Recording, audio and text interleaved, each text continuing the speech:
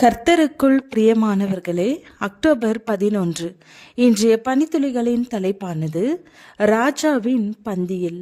வசனம் 2 சாமுவேல் 9வது அதிகாரம் 11வது வசனம். ராஜகுமாரரில் ஒருவனைப் போல மேவிபேசத் என் பந்தியிலே அசனம் பண்ணுவான் என்று ராஜா சொன்னான்.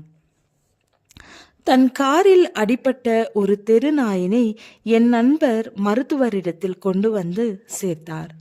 அதன் கால்கள் துண்டிக்கப்பட வேண்டும், இருப்பினும் அது உயிர் வாழும் என்று விலங்கியல் மருத்துவர் சொன்னார்.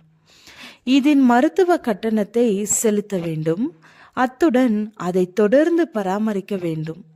நீங்கள்தான் அதன் உரிமையாளரா என்று மருத்துவர் கேட்டார்.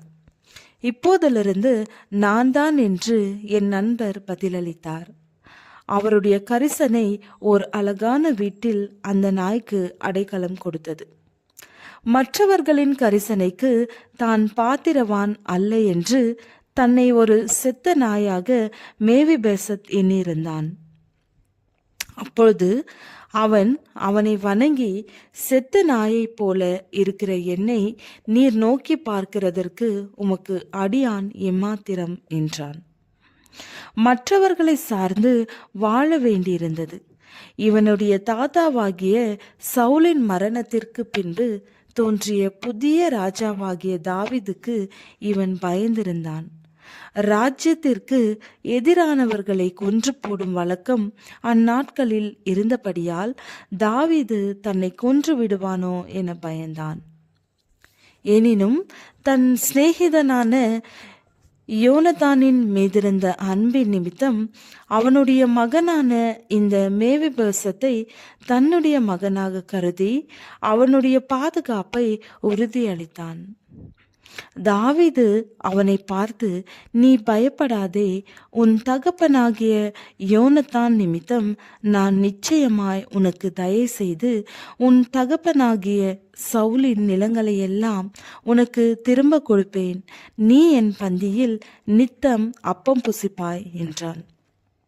அதே போன்று ஒரு காலத்தில் தேவனுடைய பகைஞர்களாய் மரணத்திற்கு பாத்திரவான்களாயிருந்த நம்மை இயேசு ரட்சித்து அவரோடு பரலோகத்தில் நித்தியமாய் இருக்கும்படி செய்தார். இதேதான் தேவனுடைய ராஜ்யத்தின் பந்தியில் பங்கேற்பது என்று லூக்கா தன்னுடைய சுவிசேஷத்தில் குறிப்பிடுகிறான். அவரோடு கூட பந்திருந்தவர்களில் ஒருவன் இவைகளை கேட்டபொழுது அவரை நோக்கி, தேவனுடைய ராஜ்யத்தில் போஜனம் பண்ணுகிறவன் பாக்கியவான் என்றான். இங்கு நாம் ராஜா வீட்டு பிள்ளைகள், என்னே வெளியேறப்பட்ட சிலாக்கியம் நமக்கு கொடுக்கப்பட்டுள்ளது.